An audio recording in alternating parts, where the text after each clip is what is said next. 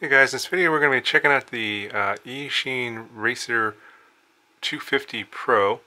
This is the ready to fly kit, and it comes with a transmitter, battery, charger, and everything that you need to fly. This is kind of aimed at first time drone pilots and beginners, so kind of going to go over this video in from that perspective. And let me just go over really quickly everything that you get. Obviously you get a transmitter. You get a lanyard for holding the transmitter on your neck. Get a battery charger, and this is a 4-cell battery charger, and just uses a plug here for the AC adapter that's also included. And looks like it only outputs at 1 amp, so the charging is probably going to be pretty slow. I think the battery that comes with it is an 1100, so about an hour per charge. They are including nickel metal hydride batteries for the transmitter, which is nice, but no charger for this. They're assuming that you will have a battery charger for this on your own. You get some tools here. This little wrench here for securing your props. You get a little Allen key there and some Velcro for your battery. And here's the battery. It's an 1100 milliamp hour 4-cell 30C battery with an XD60 connector. You get 2 sets of these props. They're the Racer Star 5048, so they got some pretty high pitch on them. You get a circular polarized antenna, and it's an RP-SMA antenna. See the little hole there? So they are including a basic manual in here. I think the manual is a little bit on the weak side. Especially if this is targeted to beginners, it could use more information as to how to configure it in CleanFlight. It is missing a lot of stuff. There's a little bit of stuff about how to arm it and disarm it and stuff, and with a few of the switches too, but it's not that detailed. So I'm probably going to just go over those in the video to explain to you guys how to set this up. Let's take a closer look at the drone itself. They've made bunch of improvements over the previous generation. They basically updated with all the latest type of hardware. Updated motors, updated ESCs. These are BLHS 20 amp ESCs. They've updated the camera from CMOS to CCD, and this CCD camera has a built-in voltage sensor as well, so you get a little OSD with your voltage reading. They did also update the flight controller. It's now an F3 flight controller. The video transmitter is back here. It's a 600 milliwatt video transmitter with a microphone, RP-SMA connection, and you have a LED bar back here, but it's not programmable LEDs. You use a little dip switch here for changing the lights and colors, and an XD60 connector as well. The overall design is the same as the previous generation. You got the PCB, PDB board on the bottom, and that's actually for structure as well as electronics. So you crash and crack this board, basically you have to rebuild the whole thing. Now, the board's not too expensive. I think it's like 14 bucks, but a beginner would have a lot of trouble replacing all of these parts and getting this back to working conditions. So that's a concern. Top plate is carbon fiber. That should be pretty sturdy. The arms are, I've heard, a little different from the previous generation. They have a little bit more flex, and so probably less likely to snap in a crash, but at the same time this flexing in the arm and twisting is not good for tuning, so that's something to keep in mind. So for whatever reason they are still using a PWM FlySky receiver. I don't know why they're still doing that. I wish they would just go to iBus, which is what all the other receivers are running. I'm going to fly it as it is out of the box, and maybe do a future video on updating this receiver, because PWM does have latency and does make it a little bit more difficult to fly for more advanced pilots. So the firmware that's on here is an older version of CleanFlight. I don't know why they didn't go to Betaflight, which is clearly capable of running. And the newer version of the CleanFlight configurator is like 2.0.3 or something like that, does not connect to the firmware that's on here. You have to downgrade your CleanFlight to see the settings or make any changes. Now I'm assuming it's already pre-bound here and everything's configured, so It probably isn't going to be necessary to connect to your computer to make changes unless you absolutely want to. And if that's the case, then you have to get the older version of the CleanFlight configurator to make your changes in here. So what I'm going to do is I'm just going to fly it stock the way it is without any PID changes, no tuning. Just see how it does out of the box to give you guys what the experience will be like for a beginner for the first time. And then I'll probably do a video where I'll do an Betaflight upgrade, because that would be the obvious thing to do. And obviously I'm pretty sure it'll fly better on Betaflight. So we'll go ahead at this point. I'm going to go ahead and charge up the battery and take it for a fly, and then we'll see how this performs. Okay, so I'm going to show you guys how to arm and disarm and use some of the different flight modes. It's pretty basic. If you remember the CleanFlight days, you use stick arming. And first of all, do this with the props off if you're going to test this for the first time, and also make sure you connect your antenna so you don't fry your video transmitter. You're going to want to change, once you plug it in, you're going to want to change your band and channel using this red button here is on the video transmitter. You're going to press and hold, and that's going to cycle through one channel at a time. So it might take a little while for you to find your exact band and channel that you like.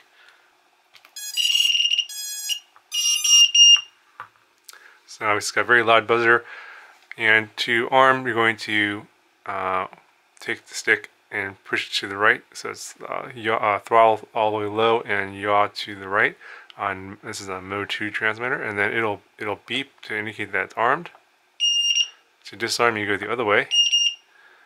And then when you're armed, you can, I think the flight modes are on this switch over here, C.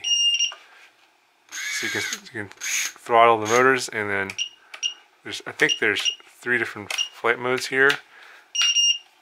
And then I think these 2 switches on the right don't do anything, neither does this one. So I think this is just for your flight modes, and you use your stick for arming and disarming. So let's show that one more time. Armed.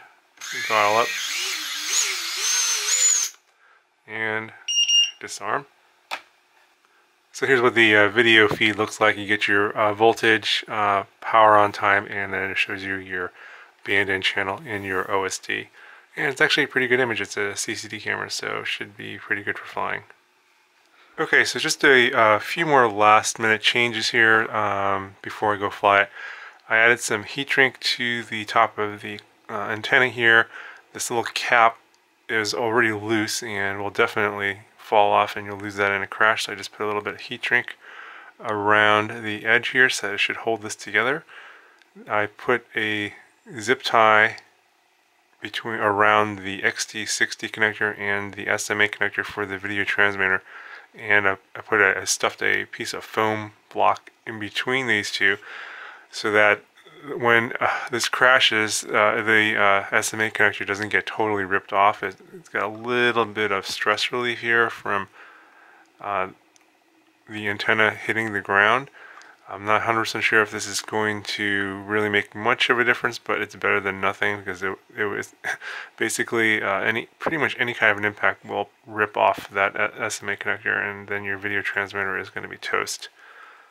The camera, there's a couple things about the camera. It is adjustable angle, and I just pushed it back a little bit here. It's not a lot of camera tilt. Probably isn't intended to have a lot of camera tilt for beginners. It's probably like 15 degrees, and if you go more, you can go more. This little metal piece here will get in your camera view, so as you push it up more and more, the top part of your camera view will get lost. So that's something to be I guess concerned about, but if you're just a beginner, you're probably not going to be going that fast anyway. And I think this is sufficient camera tilt for, just cruising around, which is what I'm going to be doing. And the last thing I did here for the camera is there's a little switch in the back of the camera. I'm not sure if you can see that. On the up position, which is the default, it came from the factory like that. It was in PAL mode, and so I moved it, switched down, and now it's in NTSC mode, which is what I prefer. And then I did something with these antennas for the receiver. they were doing this like loop-y thing where it was going inside like this, and I didn't feel like that was a very good reception, so I pulled all that out, dragged it all the way back into the back of the quad here, and I have them coming out underneath the video transmitter and underneath the arms like this. So it looks like this now.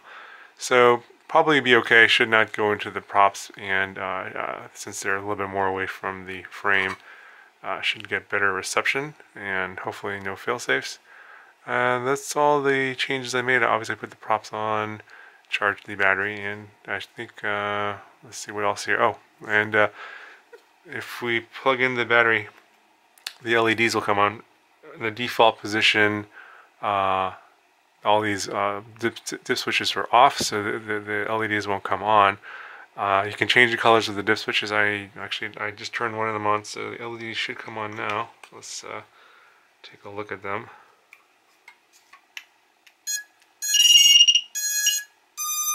And they're green. And then there's a little switch here in the front. If you want to turn the front LEDs on, you can flip that. I think it's currently turned off. So if you flip that on, then these little LEDs will turn on. I guess that could be useful for maybe like night flights or something like that. Okay, so that's about it. I'm going to go ahead and give it a fly now. Okay guys, I'm going to fly the Eachine Racer 250, and I'm going to do it just like pretty much anyone with no experience with drones. Just charge the battery. It's already pre-bound. Arm with the stick going down and to the right. This arm is to the left. I think your modes are in this switch. The top position is probably angle mode, the middle is probably horizon, and the bottom is probably acro mode, but I'll find out when I actually fly it. But I haven't connected it to the computer, haven't done any tuning, just going to see how this flies out of the box.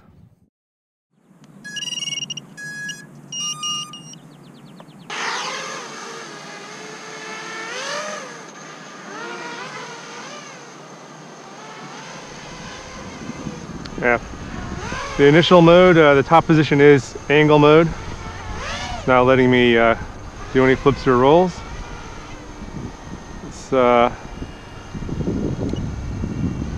little bit of a yaw drift there. You can see that. That's probably the radio sending some signals to yaw there. Could probably trim that out.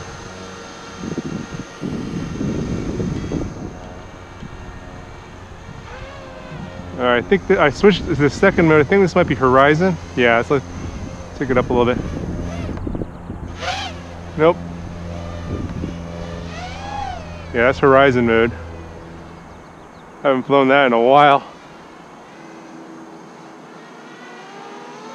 And there's no air mode, so you can see the propeller stop when I throttle all the way down, and that's because I'm used to air mode so much. So this is probably acro here. Yeah, that's acro mode. Feels pretty smooth. Okay, we'll go ahead and FPV it now. Actually, let me do a quick punch out test here. Oh, that's pretty good power. So there's no tuning and prop wash isn't too bad. We'll go ahead and land it here and we'll FPV it.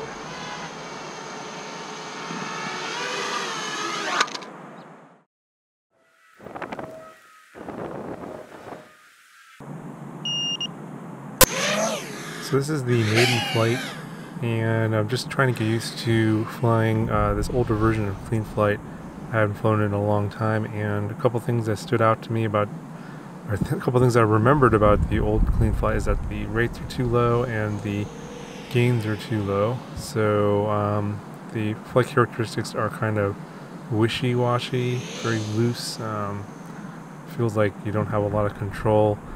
It feels like things are delayed, but it's not something you can't get used to. So I quickly adjust, and there's a lot of jello in the video. Something else that I think has to do with the arms being very flexible. And the other thing that I was trying to figure out was trying to keep the throttle above the min throttle, which was pretty high. In Clean Flight, the min throttle was at 1150, so there's a lot of deadband at the bottom of the throttle, and I'm pretty used to just dropping the throttle all the way to 0 because I fly air mode all the time. So every time I would fall into that dead zone area of the throttle range, the props to stop, and I would suddenly fall, and I realized, oh, I can't do that. I gotta keep the throttle in the middle of the stick. So other than that, it took me a little while to get used to flying it on the old clean flight. Obviously, someone who's never flown before wouldn't know any difference, but it isn't the easiest flight controller to fly with that older firmware. I already know that this will fly much better on beta flights, so I will have a video in a few days where I'll probably just do a beta flight flash. It shouldn't be that hard, and just fly with the stock beta flight tune and 3.1.7 because that usually just works for a lot of stuff and works a lot better than the older clean flight. So let me know if you have any questions about that, and I'll try and answer them in the next video on the beta flight upgrade video, and hopefully that'll help you guys out in terms of flying on the new beta flight.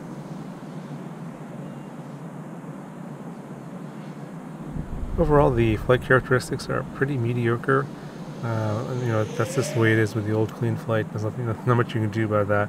So unless you have the skills to do the beta flight upgrade, or you can wait for my video and watch that and do the upgrade yourself, I think that out of the box experience is kind of so-so, and I probably wouldn't buy this, unless you really want that particular frame for the way it looks, if that's something that you really like.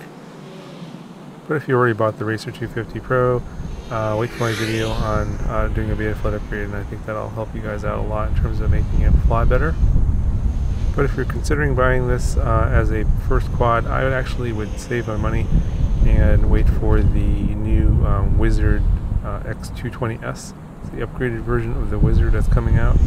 That's got a lot of nice features and should fly a lot better than this right out of the box because it's got better electronics, and it's got a really nice carbon frame. It's actually a lightweight frame, so something that kind of looking forward to looking at. So I hope you found this review helpful. Let me know if you have any questions, and I will talk to you guys in the next video.